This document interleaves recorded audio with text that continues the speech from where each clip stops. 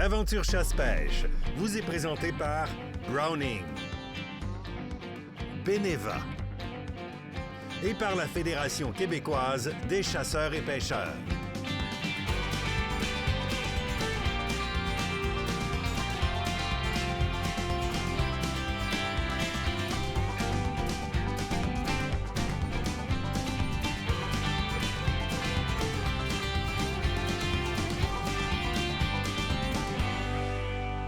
Hey, c'est reparti pour une autre de tes émissions, Aventure chasse-pêche. Comment ça va, toi? Ben moi, ça va, puis toi? Ça va super bien, surtout qu'on parle de quelque chose que moi, j'ai bien aimé cette année. Domaine Laure-Piste, pour voir Laure-Piste, multi-activités avec de la pêche. Le lot de la place, là, assez hallucinant, merci. Ah oui. Là, j'ai vu qu'on parle de nos chicanes de coupe à soir.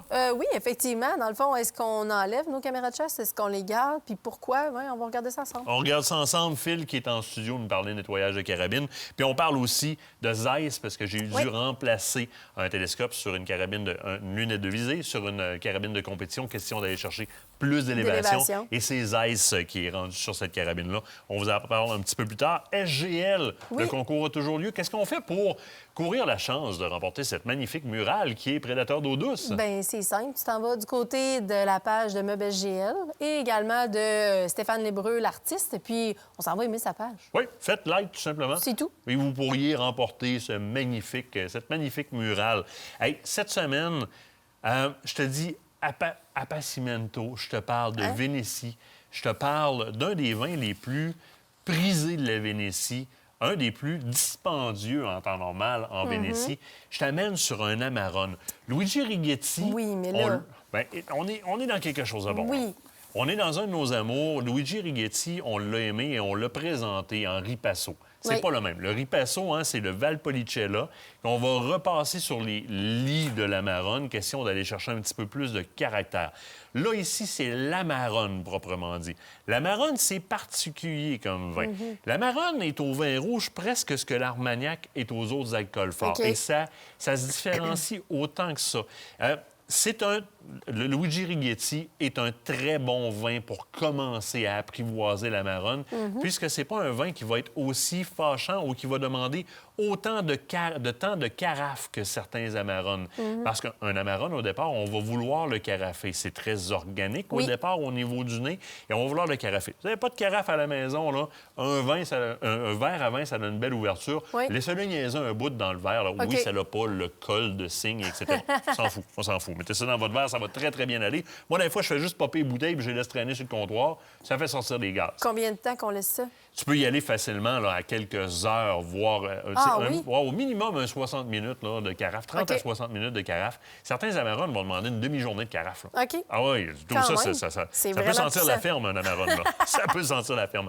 Technique particulière, l'Amarone, qu'on appelle l'appassimento, dont je te parlais au début, c'est que les raisins qui sont choisis pour faire l'Amarone, dans ce cas-ci, Corvina, Rondinella et Molinara, vont être couchés sur des espèces de treillis de paille, puis ils vont sécher là pendant 5 mois avant d'être pressés pour faire le vin. Donc, on va tellement concentrer les saveurs, on va chercher le cœur du caractère de ces cépages-là.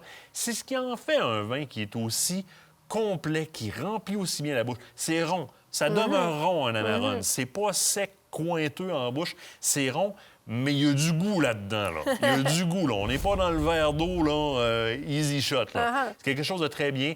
Honnêtement, c'est le vin pour les viandes. Moi, je le bois comme ça, en lisant un livre, là, tout simplement. Mais c'est le vin. Tu vois, ce qu'on dit ici, là, vin gourmand accompagné d'une longue finale persistante. Mais là-dedans, là, tu vas avoir, les goûts, là, c'est chocolat, mocha, prune, cerise. C'est très... Oui, c'est ça, j'allais dire. C'est une bonne bouchée pleine de saveurs, très intéressant. Et généralement, l'Amarone est un des vins les plus prestigieux et dispendieux de la Vénétie.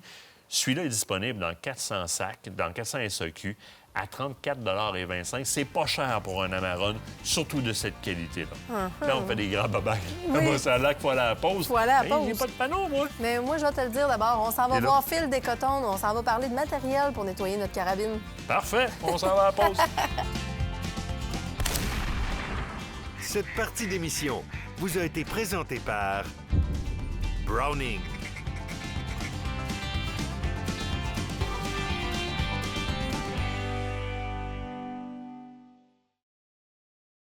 Écotone est fier de vous présenter cette partie d'émission.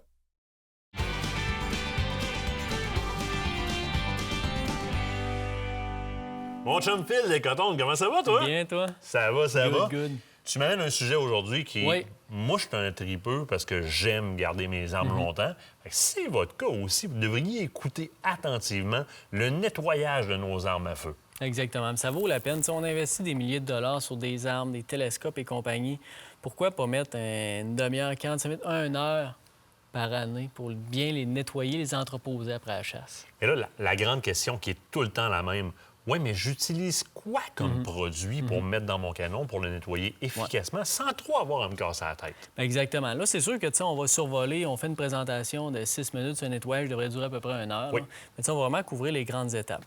Donc, pour le nettoyage, ce qu'on va utiliser, ça va être des brosses comme ça qu'il y a au bout de la tige ici. Bien souvent, avec des ensembles comme celui-là, là, on va acheter des ensembles qui nous permettent de faire le tour de nos justement, calibres, c'est un kit qu'on a dans nos magasins que, ça couvre tout. Là. Fusil, carabine, tu fais tout avec ça. Là. Oui, puis quelque chose que les gens négligent souvent, c'est que moi, quand je vais nettoyer ma chambre, à la fin, je vais utiliser ce qu'on appelle les mops pour les 12. Là. C'est juste les bonnes grosseurs pour le 12 ou le 410 ou le 20 pour venir finaliser le nettoyage de ma chambre. Ça c'est à avoir à la maison. Exactement.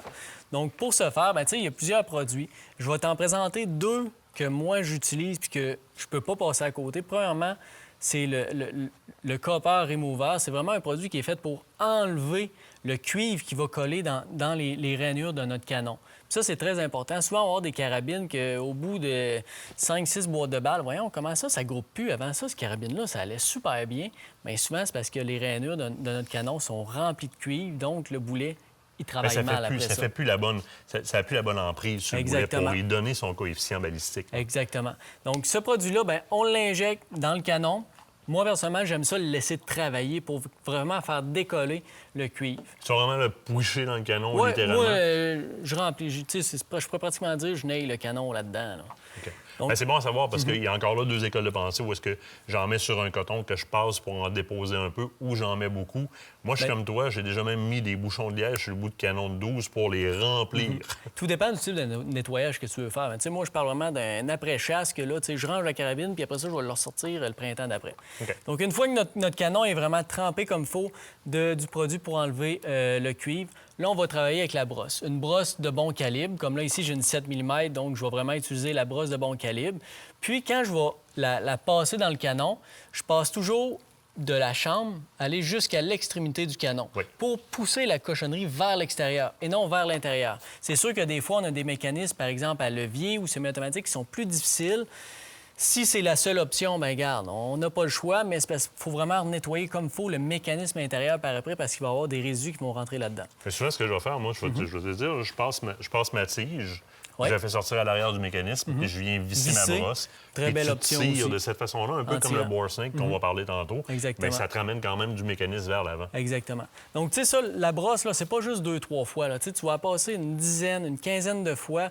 Une fois que tu vois c'est propre, bien là, après ça, on va utiliser des petits tampons comme ça ici pour vraiment tout ramasser la cochonnerie qu'on va avoir fait décoller du canon. Encore là avec la tige, évidemment. Oui, exactement. Puis moi, ce que j'utilise, c'est un petit jag, c'est un petit outil comme ça ici qui vient vraiment là, serrer le tampon bien comme il faut dans le canon. Fait que comme ça, on ramasse toute la cochonnerie puis on vient vraiment l'extraire. Et voilà. Une fois que c'est fait, moi, je repasse toujours une deuxième puis une troisième fois la brosse avec mon solvant. Même après le tampon? Oui, je repasse toujours plusieurs fois parce que je veux vraiment être sûr que mon canon soit propre. OK? Donc, on a utilisé le produit pour le cuivre, mais on a aussi des produits pour enlever tout ce qui est carbone. C'est vraiment le solvant tout en un. Là. On en a des marques à n'en plus finir, que ce soit le M7 ou dans le G96. On a vraiment des produits qui sont très efficaces. M7, j'ai utilisé, j'ai adoré leur gamme de produits. Donc, il y a quand même pas mal d'options. Puis évidemment, tu as aussi des tout-en-un, si on veut. Exactement. Tout en un, ça nettoie, ça lubrifie, ça fait tout. C'est sûr que ça ne fera jamais une job aussi performante que les produits séparés, mais ça fait de quoi de très bien. En saison, je vais y aller un petit peu plus vite. Je peux y aller avec un tout-en-un, mais là, on parle de remisage. Exactement. Puis je veux quand même laisser un petit filet de lubrification dans mon canon avant de le serrer. Exactement. Donc, une fois qu'on a utilisé nos 2 produits, là, je vais vraiment y aller finalement avec une huile que je passe dans le canon. Je mets un petit pad là, comme tantôt. On pousse ça, puis je reprends la même huile que je mets sur un essuie-tout. Moi, j'utilise les essuie-tout bleus, là, comme le mécanicien. C'est beaucoup plus résistant. Je viens en appliquer sur mon canon extérieur. Le muzzle brake, souvent, c'est des pièces qui ont envie de rouiller. Le verrou aussi également. Puis on se retrouve avec une carabine qui est prête, qui est remisée. La seule chose que je veux rajouter, quand on la met dans l'étui, moi, je conseille toujours de laisser une clip ou deux de l'étui sous, tu sais, les caisses en plastique, là. Tout le temps en laisser un entrouvert pour une circulation, parce que c'est des éponges, ça boit l'humidité. C'est pour ça que tu mets ton huile dessus aussi, pour les protéger. Ouais. Écoute, il reste moins d'une minute. Ce que tu as ici, qui est un bore snake, littéralement, je sais pas, je vais l'avoir à l'autre bout ici. Là. Exactement. C'est un utilitaire qui, on va le prendre dans nos mains. Là. Essentiellement, c'est un utilitaire qui est génial parce que je vais vraiment le rentrer par l'action d'un côté, le sortir sur le bout du canon. Puis quand je vais tirer, bien, ça va faire se promener dans le canon. Exact. Une corde sur laquelle il y a de la brosse. Moi, c'est la seule chose que je tolère au camp le soir pour pas créer la divergence d'une cleaning shot. Ouais. Tout ça... Ça enlève toutes les poussières. C'est un nettoyage facile. Oui. C'est pas le best des best, mais pour faire une petite job, pour enlever toute la poussière qu'il peut y avoir rentrant le canon, c'est le best tant qu'à moi. Il vous reste plein de questions. Oui. Vous passez voir votre marchand Écoton. Ça me fait plaisir. Et sur votre chemin, en vous rendant sur votre territoire. Phil, un énorme merci. On se quitte le temps d'une pause. Au bord de la pause, on s'en va pour Voirie Domaine, leur piste activité estivale et pêche.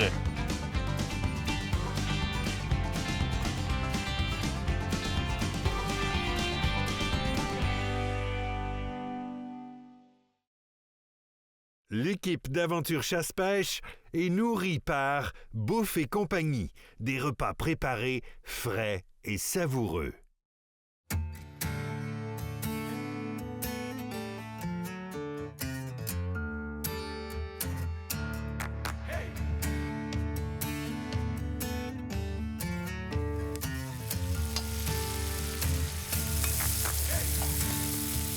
Bon, ça! Ça sent bon. Ça sent bon! Tu dis que ça sent bon? Oh oui, on va y réserver sur le bord, là. Hey, mon trip en perspective. Bien, ce que tu dis, ça, surtout avec de la bouffe comme ça en plein air. Hein, on est du côté...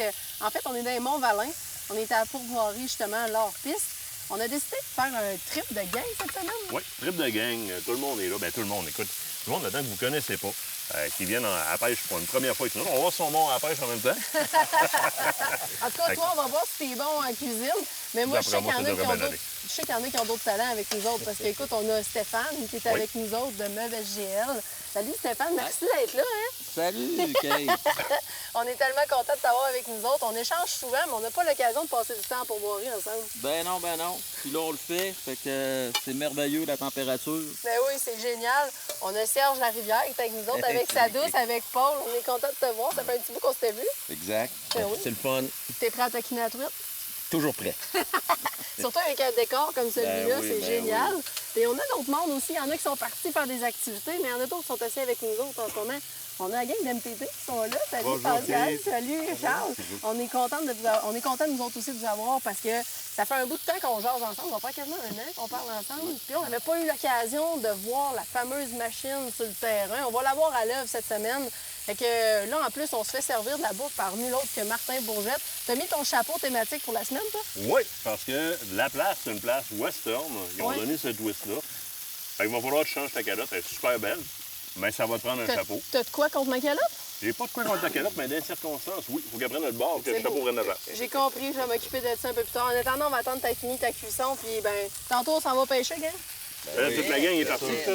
Ah oui, il y en a qui sont déjà partis faire des activités. Tous ceux qui ont nommé et qui sont pas là, c'est parce qu'ils sont en train de faire la planche à surf à propulsion, ou sont en train de se baigner là-bas, ou sont en train de... Il y a plein d'affaires à faire ici, fait qu'on a beaucoup été capable de rassembler tout le monde, ils sont tous dans l'eau. Nous autres aussi, on va aller les rejoindre tantôt. Oui.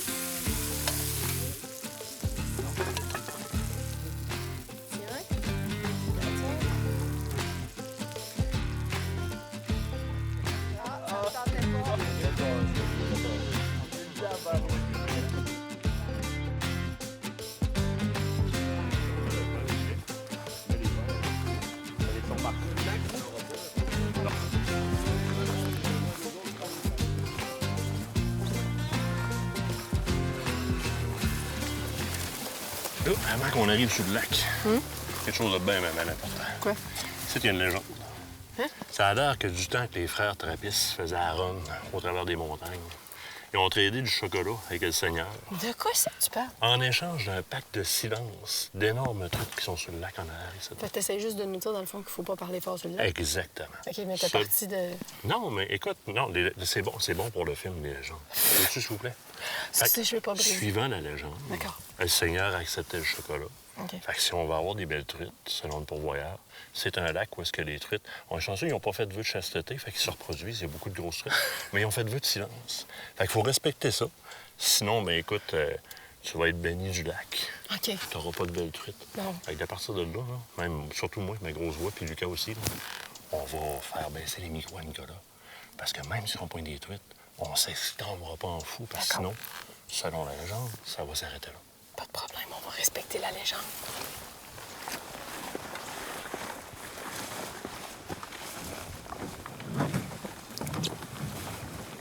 Fait qu'ici, si ça veut faire, ça va être le fun. Le meilleur spot, là, c'est vraiment...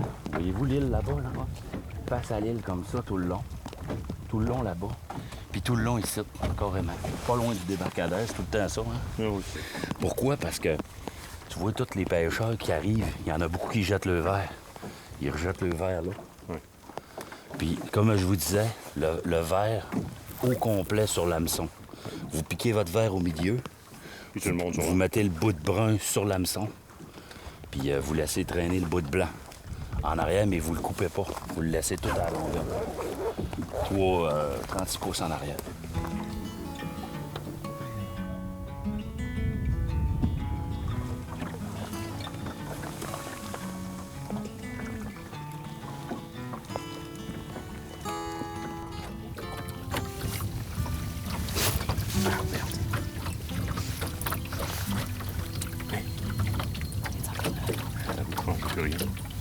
Ah, t'as été grillé? Mais non. T'as-tu perdu ton bonhomme? Oui, complètement. Première attaque sur le lac. Cette truite-là était pas petite parce que ça a tout arraché. Mais quand on dit tout, c'est tout arraché. J'ai une mouche, à peu près 3 pieds au-dessus de ma cuillère. Elle a attaqué carré sur la mouche. Fait que je vais distancer un peu plus mon nœud.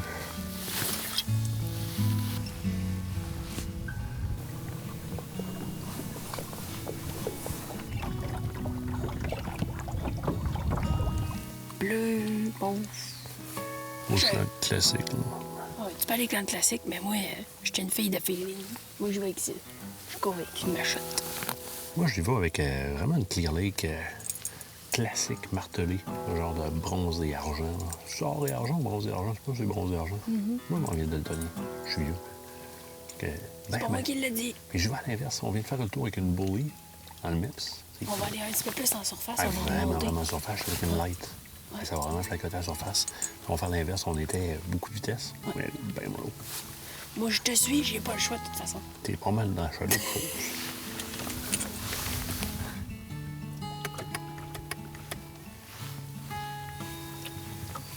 Tu toi? Faut pas faire de bruit. Faut garder le silence. On est encore là. Je vais arrêter le moteur, là. On parlera pas trop fort. Je pense que... Ah non, elle vient de me lâcher. Ah non! C'est la même place que je me suis fait arracher ma ligne ce matin avec une mouche dessus. Fait que ce qu'on va faire, c'est qu'on va remettre des verres. Je vais me remonter, on va la repasser dans le même sens.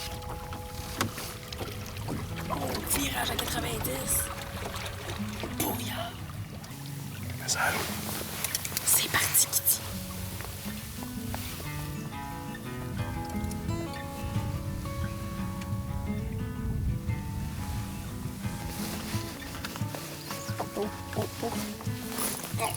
Fichonne. C'est là? Oui. Oui. On va continuer à traîner dans ce coin-ci s'il y a du poisson. On voulait refaire ce passe-là, puis on voulait refaire ce passe-là parce qu'on avait de l'attaque dans ce coin-ci. Oui. Tu sais, le moment où tu penses, c'est fini, ça marchera pas. On va faire une dernière passe, on va aller rejoindre notre truc après parce que Lucas vient de sortir. Oui. Deux truites. Oui. Mon Dieu, elle s'est décrochée toute seule. Elle est en vie, mesdames et messieurs. Une belle petite. C'est elle qui nous courait après. Mais ils sont vigoureuses sur un moyen temps parce que je te dis qu'elle arrête pas ben. Oh, j'en ai une, moi aussi. Tu l'as? À la même place. Oh oui, t'es encore là. Là, comme toi, sont vigoureuses, hein? Oui. Ça va être la même grosseur que toi, mais ouais, ça va être la même grosseur que toi. Ah ouais, peut-être Écoute, un petit peu plus grosse. ça se débat, ça se débat. Ah, mais ici. Ah, mais non, on va être un petit peu plus grosse. Oui. Ah, C'est bon, le format ça. de truite assiette. Hop. Et puis, ils ont ça ici de particulier, hein? Ils se décrochent seuls. Oui, il se décroche tout seul. Oui. Yes! Très, très, très belle truite, indigène. Oui. Tu vois qu'à la banane pleine, ça se nourrit en masse. Ça, Oh, oui. Bien, t'es en mode attaque, il y a juste la façon, tu sais, qu'on les a pourtant bien ferrés. oui. Mais tu vois que ça se décrochait tout de suite parce que, tu sais, on les a vraiment eu sur le bord de la babine. Fait que, tu sais, il était vraiment en mode nourrissage. En ce moment. Absolument, absolument. Hey, c'est plaisant. Ils sont vraiment en vie, en plus.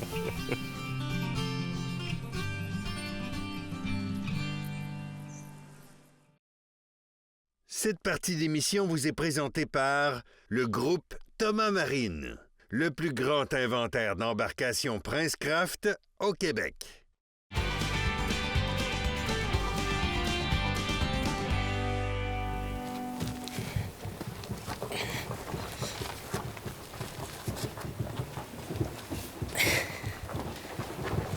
Vas-y, mon amour, c'est un truc en aluminium, c'est pas si lourd que ça. Ben, c'est la dire quand c'est pas toi qui le pousse. Ah, hein? Mais qu'est-ce qu'il y a de l'ail de skidoo qui se promène seul en avant du truck? Ben oui, je sais. C'est une farce, ça. Ben non, c'est pas une farce. Viens-t'en. Je vais te présenter les gars d'MTT. Qu'est-ce que c'est ça? Moi, je t'ai pensé que tu poussais en arrière. Ben non. Tu faisais la job, en tout cas? Ah ouais, hein? Oh, Je suis forte, hein? Qu'est-ce que C'est payant, les entraînements, hein? C'est donc bien capoté, ça. Hein? T'as-tu vu, c'est la fameuse machine qui te tirait. Le MTT. C'est cool, très Maintenant, cool. je te présente-tu les gars? Oui, oui. Je te présente Pascal. Salut, Pascal. Et Charles Salut, Charles. de MTT. Pascal, MTT, c'est pas si récent que ça. Non, ça fait au-dessus de 13 ans qu'on développe le produit, qu'on le teste, qu'on le rôde, on corrige tous les commentaires des gens. Puis ça fait 2 ans, presque 2 ans qu'on a commercialisé le produit, puis qui est vendu un peu partout au Québec, aux États-Unis, en Ontario. Puis là, on est prêt à préparer la commercialisation internationale. Wow, c'est génial. Écoute, moi, ce que j'aimerais savoir, c'est outre tirer des Ford F-150, ça fait quoi ça, le MTT? Ça Oui. existe pourquoi? C'est un véhicule 100% électrique. C'est un véhicule tout-terrain. C'est un véhicule 4 saisons qui va fonctionner dans toutes les conditions. Puis c'est un véhicule extrêmement puissant puis qui travaille à basse vitesse. OK. Donc, le principe mécanique en arrière du MTT, un peu, ça fonctionne comment, Charles? Bien, c'est une machine, comme Pascal vient de dire, c'est un véhicule électrique. Ça fonctionne avec une laille et une direction, tout simplement. Il n'y a pas énormément de mécanique en arrière C'est de tout ça. presque trop simple quand je regarde ça. Là. Ben Dans le fond, tu as un pignon de direction en avant. En arrière, oui. À la boîte, OK, ça, c'est l'arrière de la machine. Oui, exactement. Parce que c'est un treuil à l'avant. Donc, ça, c'est l'arrière de la machine. Pignon de direction, une laille et une motorisation pour faire virer ça. Exactement.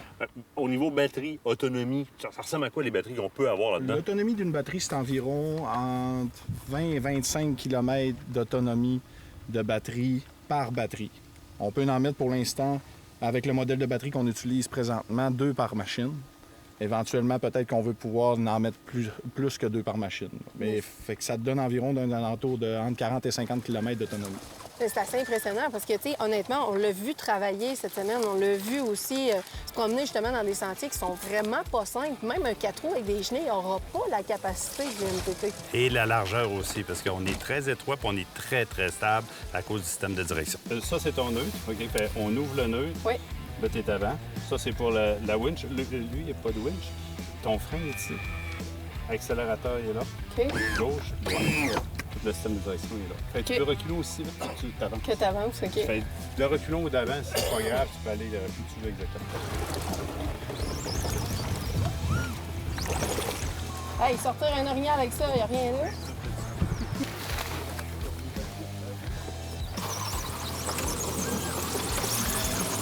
Puis tu sais, c'est super smooth la manette, tu sais, t'as pas de... Puis on a du stock. Ben oui, c'est vraiment cool. Bon, puis tu peux-tu mettre plus qu'une remorque en arrière? Oui. En plus. Mais ça, tu viens de changer la vie de bien du monde, même des pourvoyeurs d'avoir ça. Madame, vous voulez partir, pas de problème. Là, tu sais quoi, le développement pour MTT dans les prochains temps? Tu as dit que c'est prêt à la commercialisation, donc vous êtes prêt à le présenter à tous. Ça peut être utile pour qui? Des agriculteurs, la chasse, la pêche, du déplacement de matériel, amener que ce soit des batteries pour les moteurs électriques ou pour amener du matériel au lieu de faire du portage, on va le faire avec la MTT. Puis on ne force pas. Je veux dire, je pense pas qu'il y ait personne qui a forcé ici. Pas du tout. Puis écoute, si on veut déplacer un orignal, des trucs comme ça, c'est possible de le faire. Là, parce que là, tu me parlais d'autonomie tantôt. Fait, mettons, en termes de kilomètres d'une montagne, en le faisant travailler un peu, là, je peux penser l'amener jusqu'où? Aller-retour. En termes de kilométrage. En termes de kilométrage, honnêtement, écoute, ça serait dur à dire en termes de grande consommation. Là. Quand on parle de grande consommation, c'est sûr qu'on coupe peut-être le tiers environ de l'autonomie. Là. On parle de vraiment charger beaucoup. Là. On parle de tirer peut-être dans le bois vert un 2500, 3000 livres. Là. OK. Sinon, c'est pas vraiment plus que ça. Là. Puis là, j'ai compris qu'il y a des systèmes GPS qui existent dans ce type de véhicule-là. L'utilisez-vous aussi? Oui. Absolument. Il peut être muni, c'est une option. On peut avoir un système GPS, faire un parcours qu'on lui donne, qu'on marque par GPS, ou il peut enregistrer des parcours qu'on fait, peut suivre des personnes aussi, peut contourner des animaux, peut contourner des obstacles ou des humains. Il va avoir de l'intelligence artificielle qui va être capable de prendre toute la décision en tant que telle, ou sinon revenir à la base. Pour une pourvoirie, peut être capable d'amener une personne d'un lac à un autre. Tu peux identifier tes lacs là, en point GPS. Absolument. Là, on envoie, il y a un problème, il y a un radio qui sonne, il manque un moteur ou une batterie à tel lac. Tu peux carrément dire au MTT, va à ce point-là, vous. Exactement. Pratico-pratique, je débarque dans la camionnette, on débarque le MTT, on fait un point de repère là, on s'en va à l'orignal, on fait suivre le MTT, on embarque l'orignal, on dit retourne au point de départ, lui il se débrouille puis il me tape la traîne en même temps. Absolument. Wow. Si je fais ce que je peux m'asseoir dessus. Oui, on peut mettre un siège sur la machine. On a différents accessoires. Là, on a une plateforme. On peut mettre... il y a différentes remorques ou de traîneaux pour l'hiver qui vont être là-dessus. Oui, parce que là, tu as la manette dans tes mains, mais la manette peut être fixée devant nous sur le banc pour pouvoir contrôler. Là. Oui. Exactement. Puis une des beautés du MTT aussi, c'est qu'on peut aller... On n'a pas besoin de sentier pour aller chercher notre orignal, quelque chose, ou un ours, ou à pâté, BT. On va dans le bois directement, puis sans sentier. Ça passe au travers. Qu'il trail ou pas, le MTT va le créer, c'est ça? C'est pas croyable. On peut arrêter là, Pascal. Là. Non, il va. Ouais. Juste mettre la main sur le bumper en avant. Ouais. Juste une petite affaire de poids. Force pas. Juste un petit peu de poids. Hein, et voilà. Et elle, tu vas nous nuire.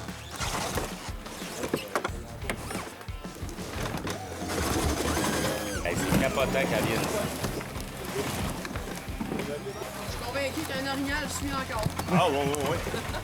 En hiver, on n'a pas de frame.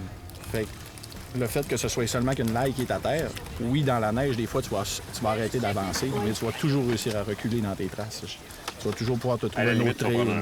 Parce que je présume qu'en n'étant pas à essence, je suis pas tributaire d'une entrée d'air. Fait que même si je t'ensevelis avec de la boîte ou de la neige ou un quoi que ce soit, on continue. Ça vient pas limiter le déplacement. Là. Exactement. Ah, c'est génial. Très cool. Maintenant, si on veut se procurer le MTT, je suis pourvoyeur, ça m'intéresse, je fais quoi? Sur notre site Internet, www.mtt136.com. Génial. C'est pas plus compliqué que ça. Non, Toi, t'en veux-tu un MTT? OK. Ça serait pratique. Moi, je vais sortir l'orignal moi-même la prochaine Imagine fois. 5 enfants en arrière de ça, avec madame en arrière, avec la manette. Comme là, tu pousserais plus le troc, tu pousserais la manette, tu t'amuserais. Oui, mais je me fais des pipes. Ah, ben oui, c'est ça. Ben, tu peux pousser le MTT aussi.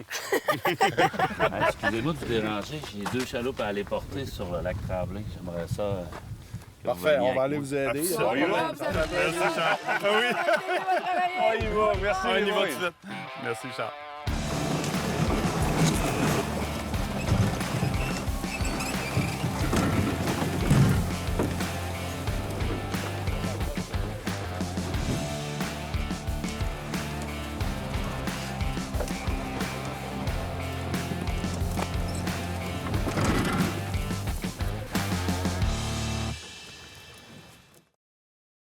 Cette partie d'émission vous est présentée par le groupe Thomas Marine, le plus grand inventaire d'embarcations Princecraft au Québec.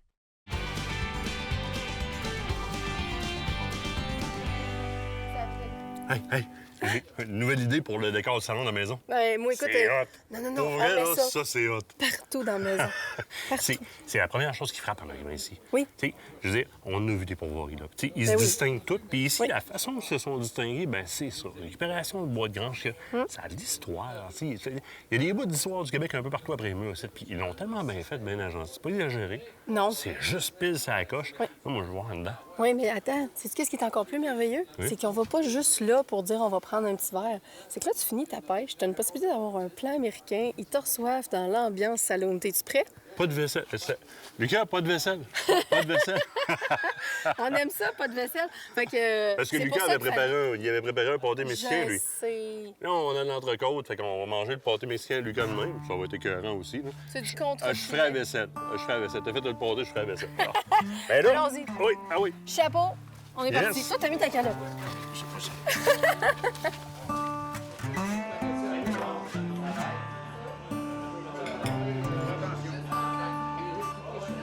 Bonjour tout le monde. On a eu des pêcheurs qui ont fait une excellente pêche.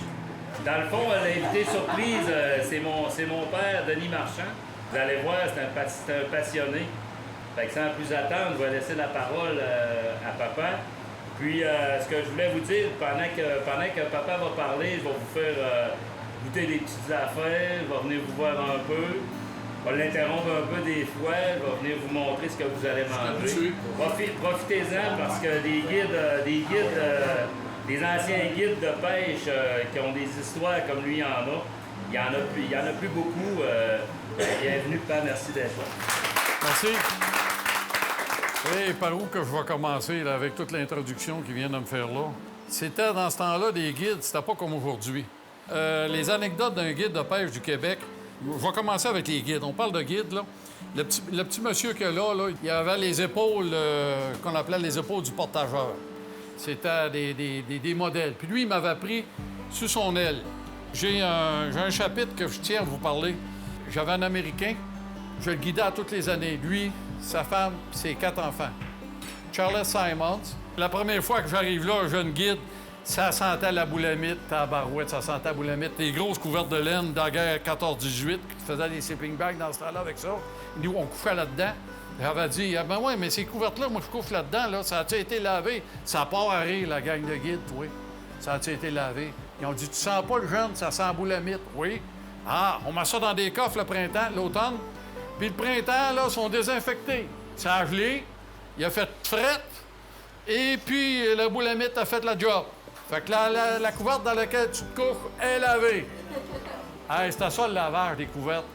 On traverse le Grand Lac des Cinq, puis il n'a pas le droit de nous nourrir, il n'a pas le droit de nous donner de boisson. Et puis à un moment donné... Allez, monsieur Marchand. Ouais, vas-y. C'est ça que vous allez manger. C'est ce que vous allez manger. J'en ai une deuxième, donc chacun va avoir son petit steak de contrefilet. Ils sont tout petits. Faites-vous-en pas, là. J'en ai pour faire, j'en ai pour boire, j'en ai pour ceux-là qui ont faim, ceux-là qui ont faim et ceux-là qui ont très faim. Ah, le braconnier fin fido. Tu l'as lu? Non, mais vous l'avez dit tantôt, ça m'intéresse. Ah! C'est à moi le braconnier fin fido. À un moment donné, j'avais monté avec une gang de chums sur le club Laurentien. Un fin de semaine, je savais qu'il n'y avait pas personne. Puis là, il y avait un de mes professeurs qui était avec moi. On était allé à la pêche sur le lac Écarté. Et puis, à un moment donné, j'avais pris un canot du club.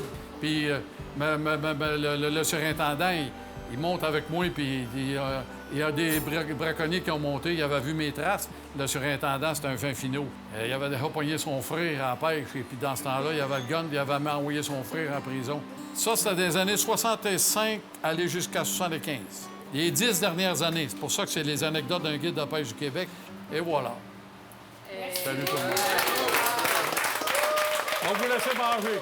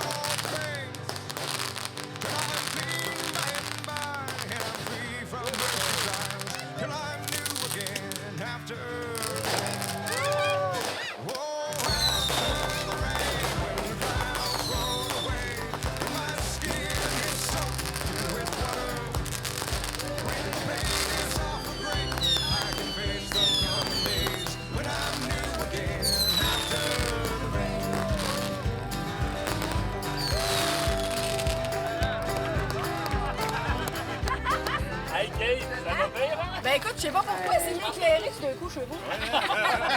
Le soleil s'est relevé. Mettons qu'on n'avait pas trop dépensé dans le dernier mois. Merci. Ça te donnait pas mal, là. Non, mais tu sais, les feux de forêt, on pouvait pas y passer. La prochaine, c'est super. Merci. Voyons donc!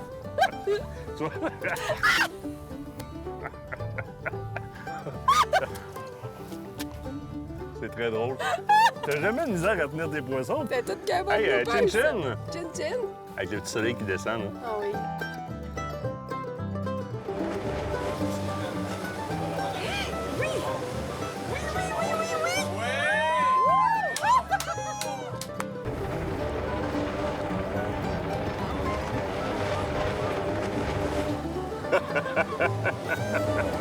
Vas-y, mon homme!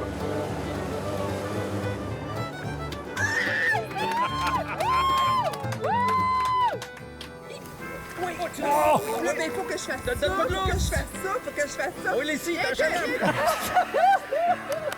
Oui!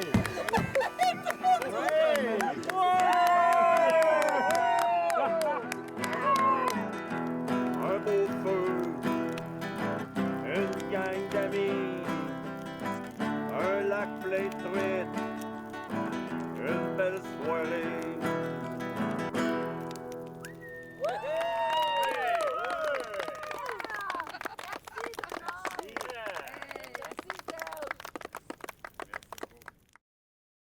Cette partie d'émission vous est présentée par la fromagerie Victoria, authentique et familiale depuis 75 ans.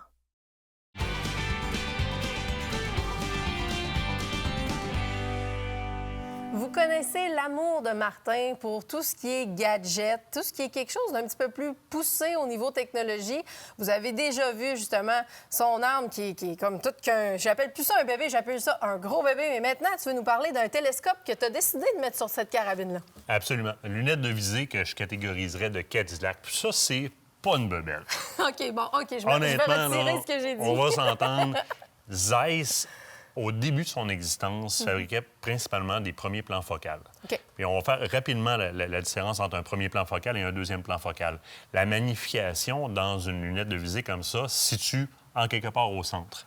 Lorsqu'on met le réticule à l'avant, au moment où est-ce que j'ai l'œil dans la partie optique et que je zoome, mon réticule va grossir. C'est ce qu'on appelle un premier plan focal. OK. L'inverse, c'est un deuxième plan focal. Le réticule est avant la magnification, au niveau de l'œil, donc entre l'œil et la magnification, ce qui fait que même si tu grossis ton zoom, bien, le réticule va rester le même.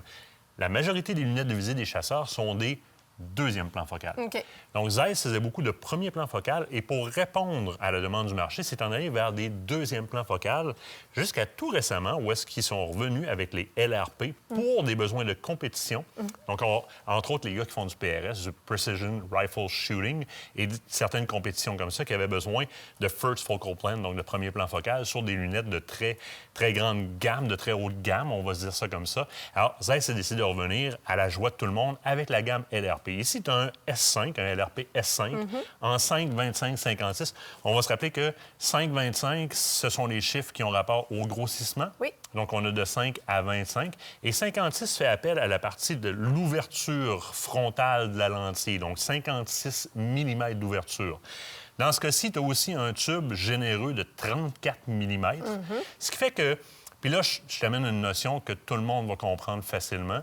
Si je me situe, par exemple, des gens qui visitent des grottes, c'est la meilleure façon de l'imager. Okay. Donc, une caverne, une grotte. Une caverne. Bon. Ouais. Le soleil est sur le bord de la mer, je suis dans le fond de la caverne. Si la grotte est petite, il n'y a pas beaucoup de lumière qui me rejoint. Non. Si la grotte est grande, il y a beaucoup de lumière qui me rejoint. Alors, tu vas permettre d'entrer énormément de lumière avec un 56 mm, mais si tu vas rapetisser le tuyau ici, c'est comme si dans ma maison, je mettrais du 1 pouce à l'entrée puis du 1,5 pouce au robinet. Je vais aller étrangler ma lumière. Exact. Ici, on a un tube généreux de 34 mm qui permet à la lumière de faire son chemin jusqu'à la partie optique. Et c'est la raison pour laquelle Zeiss a le culot de ne pas faire comme bien les compagnies puis d'aller mesurer la pénétration ou la transparence de la lumière dans ses lunettes de visée au centre ou après l'entonnoir de la partie frontale, mais bel et bien à l'arrière complètement de la lentille. Et là, on va aller parler des histoires de 90-96 % du faisceau lumineux qui va passer bord en bord. Ça, c'est une première chose. Zeiss est reconnu pour une autre chose, c'est lentilles.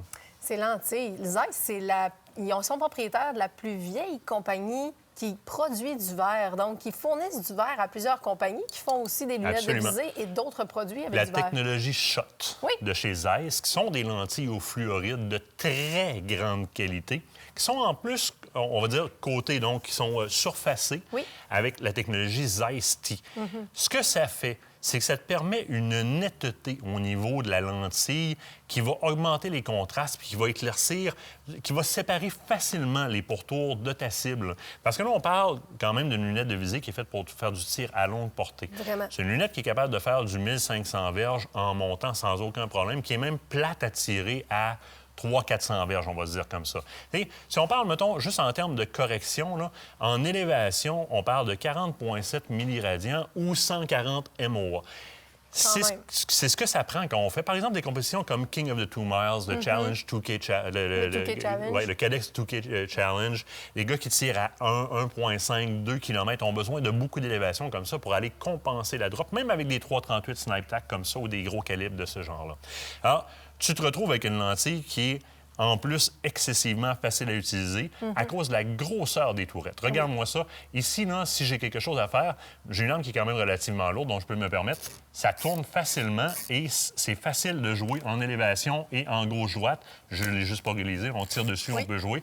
Et d'aller les rebarrer par la suite pour pas que ça bouge de là. Que ça bouge plus de là. C'est aussi un télescope qui est rétro-éclairé, Définitivement. Qui vient avec l'ensemble des ajustements aussi pour vous permettre d'avoir le meilleur tir qui soit. Un chasseur, peux-tu chasser avec ça? Je peux chasser avec ça. Écoute, du prédateur, par exemple, à longue distance. Et là, on a un 5,25-56. Ça existe dans des plus petits ratios que ça aussi. Par contre, il sera en premier plan focal. Donc, il faut le savoir. Ce que le chasseur va apprécier, ou encore que le tireur longue portée va apprécier, c'est aussi la technologie Lotus Tech qui permet de vraiment comme tropicaliser l'extérieur de la lentille. C'est aussi une lentille qui, en passant, parce qu'on parlait souvent des grosses lentilles tactiques au niveau de la résistance, a été testée là, à raison de 800 impacts dans les milliers de G, là, en termes de puissance d'impact. Puis les lentilles en sont sorties intactes. Tu sais, t'es dans le très haut de gamme de ce qui peut se faire. C'est sûr que c'est pas pour votre 22 pour aller à la chasse à gélinote. C'est une autre application totalement différente. Principalement pour les activités de tir sportif, mais définitivement à la chasse aux prédateurs ou à très longue portée, comme dans l'Ouest canadienne, par exemple, dans des plus petites configurations. Le Zeiss LRP S5, c'est définitivement le bijou du marché. Bon, maintenant, il va falloir que j'essaye ça, mais avant ça, on va s'en aller voir justement une petite chronique de Spy Point. Est-ce que l'hiver, on enlève nos caméras? Tu sais-tu, toi? Moi, je suis encore sur le fait que tu veux l'essayer. Je ne vais pas encore donner mon... Je vais regarder dedans, moi, pour le fun. En attendant,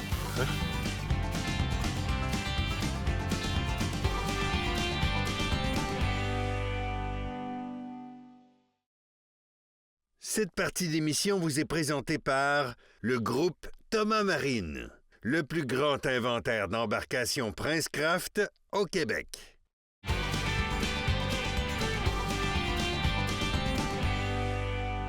Moi, cette année, j'étais parti pour aller enlever toutes mes Spy Points dans le bois, mais ma blonde a décidé que non. Ma blonde, peux-tu me dire pourquoi tu veux qu'on laisse les caméras dans le bois? C'est pas parce que ta saison de chasse achève ou qu'elle est finie qu'il faut que tu enlèves tes caméras. Tu le sais, on parle souvent en début de saison, faites votre prospection, allez faire le tour de votre territoire. Vos caméras servent à ça. Vous êtes en mesure aussi de voir un peu. Bon, c'est clair que vous ne regarderez peut-être plus autant vos cervidés parce qu'ils vont aller ravager tranquillement pas vite. Ils vont se diriger vers leur secteur pour vraiment se regrouper puis se protéger de l'hiver à ces endroits-là. Mais c'est une belle opportunité pour voir les prédateurs, par exemple. Si on est peut-être trappeur, bien, ça peut être aussi un bel indicateur pour savoir où se trouve ce fameux gibier-là. Donc, si on crée des enclos, par exemple, de pouvoir voir les différents déplacements. Ça va nous arriver de se faire déjouer comme trappeur aussi, puis d'avoir installé des beaux enclos, puis on comprend pas pourquoi. Il n'y a plus d'appât, mais il n'y a pas personne dans les collets. Fait que, tu sais, des fois, avoir ça, nos c'est caméras... capable de nous le dire, ça. Oui, exact. Puis on a souvent tendance à penser que l'hiver, les caméras ne peuvent pas réussir à performer. Bon, maintenant, on a les fameux panneaux solaires qui sont inclus, entre autres, avec la LM2 qui existe en S et qui existe aussi avec la Flex S du côté de Spy Point. C'est deux super performantes caméras. ça capte la lumière vraiment, puis ça peut fonctionner en masse, ça recharge la batterie. On avait fait des tests dans le magazine il y a quand même longtemps de ça avec les premières versions de panneaux solaires. Puis dans certains cas, certains panneaux solaires étaient capables de produire une légère charge, aller jusqu'à presque 1 pied de neige. Hey, c'est fou quand même. C'est énorme avec plein... On va s'entendre. Là, on est en dessous d'un feuillu qui n'a plus de feuilles. Puis c'est full soleil. C'est l'extrême. Mais c'est de dire que c'est possible. C'est possible. Puis, évidemment, mais ça va continuer à garder une certaine charge sur les batteries. Parlant des batteries, une des bonnes habitudes avant la saison hivernale, surtout si vous avez une caméra cellulaire et vous voulez continuer à recevoir les photos, ce serait peut-être une bonne idée, avant que la neige pogne, au lieu de caler jusqu'au cou pour aller changer les batteries là-dedans, d'aller les changer pour donner un coup de main pour la saison hivernale. Oui, exact. Puis dans certains modèles de SpyPoint, que ce soit ceux-là ou antécédents, il y a certains blocs batteries, justement, qui existent, qui sont au lithium, qui vont vous permettre d'avoir une batterie qui va être beaucoup plus durable, surtout en période hivernale. Maintenant, est-ce qu'on utilise nos caméras de la même façon? On va souvent les placer un petit peu plus hautes, hein? Surtout parce que les premières neiges vont commencer. On le fait, nous, en tant que trappeurs, avec nos collets, nos pièges. On doit les remonter, les replacer souvent selon l'accumulation de neige. Mais là, il faut faire pareil avec nos caméras. Et là, on va se retrouver des fois à avoir un amalgame de gibier qui se promène là, jusqu'à temps qu'il y ait une certaine grosse accumulation où est-ce que ça devient plus tranquille. Mais là, on peut avoir des dindons qui repassent parce qu'ils se promènent eux autres aussi, même en hiver. Mais des fois, on a des drôles de plans.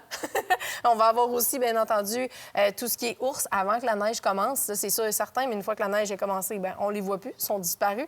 Mais vous allez avoir toute une panoplie d'animaux comme ça, puis vous allez peut-être être même surpris un peu de ce qui va se promener, même très, très tard, même lors des premières neiges. Oui, parce que les déplacements changent avec les saisons. Puis il y a vraiment des gibiers qui vont emprunter cette route de déplacement-là, qui n'ont jamais pris. Vous avez tabarouette, j'avais pas ça dans mon coin. Moi, j'ai même une quête qui court sur ma caméra. Une quête qui court? Oui, la caméra en face de la maison, tu courais après les enfants. Je te dis, voyons, comment ça fait ça?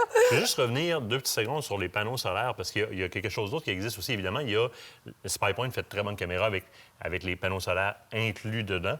Mais il faut savoir aussi qu'il y a souvent des connecteurs auxiliaires qui nous permettent de rendre une caméra qui ne l'est pas solaire. À ce moment-là, on a le choix de choisir pas mal les panneaux solaires qu'on veut, tout en suivant le manuel de l'utilisateur, en suivant au niveau voltage, ampérage, etc. Mais on pourra aller positionner un panneau solaire plus loin, plus haut, plus dégagé, puis amener le fil jusqu'à la caméra. On va toujours se souvenir qu'on va tenter de faire courir le plus possible le fil sur le long de l'arbre et non pas comme un tuyau d'érablière, parce que si vous avez certains animaux dans votre coin, ils peuvent jouer avec ratons laveurs et etc., vont jouer avec les ours avant qu'il y ait de la neige, après qu'il y ait de la neige, vont tout vous arracher ça. Donc, c'est une bonne idée, mais il y a l'option de mettre des panneaux solaires supplémentaires sur les caméras. Maintenant, en 2023-2024, le genre de technologie de caméra de chasse comme ça qu'on a, ils sont relativement tropicalisés. Ils sont capables de prendre les condensations de le moins 20 la nuit, d'un fois à 5 degrés dans le jour quand il y a le soleil dessus. De température. Même s'il y a un petit peu d'humidité qui se crée sur les circuits internes, eh bien, ils sont faits pour ça. Les circuits sont tropicalisés, donc ils vont le toffer. Ah oui, amplement, sans aucun problème. Puis, tu sais, je reviens à ce que tu as dit par rapport au fil. Il y a d'autres animaux qui se promènent qu'on oublie souvent avec nos caméras. Donc, si vous êtes, exemple, trappeur, que vous utilisez des appâts, que ce soit pour vos boîtes de pièges, vous voulez voir ce qui se passe, on le dit souvent à l'ours, hein?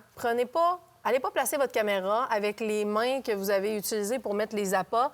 C'est la même chose là, parce que vous allez vous retrouver avec des martres. Tu sais, forcément, un coyote ne va pas forcément les jouer sur votre caméra. À la limite, il va les sentir, mais sans plus. Mais les martres, les pécans et les ratons, parce que des fois, ils restent très, très tard en dehors de leur refuge pour l'hiver. Et puis là, vous allez avoir des mauvaises surprises. Vous allez avoir une caméra qui va avoir mangé une volée. Absolument, absolument. À ne pas oublier la magnifique tuque SpyPoint, question d'être sécuritaire, dans le orange comme ça. Mais honnêtement, SpyPoint maintenant fait aussi du gear comme ça qui est vraiment intéressant. En fait, c'est avec le programme d'ambassadeur. Si vous voulez, vous aussi, de votre côté, peut-être pouvoir vous joindre, c'est possible de le faire. Il faut juste aller chercher les détails sur le site de SpyPoint. C'est ce qui met fin à cette émission de cette semaine. Oui, déjà. La semaine prochaine, surprise. Surprise? Surprise. OK. Bien, il faut que vous soyez là la semaine prochaine. Je vous dirai exactement. Soyez les nôtres. Soyez les nôtres la semaine prochaine. Salut! Aventure Chasse-Pêche vous a été présenté par Browning, Beneva et par la Fédération québécoise des chasseurs et pêcheurs.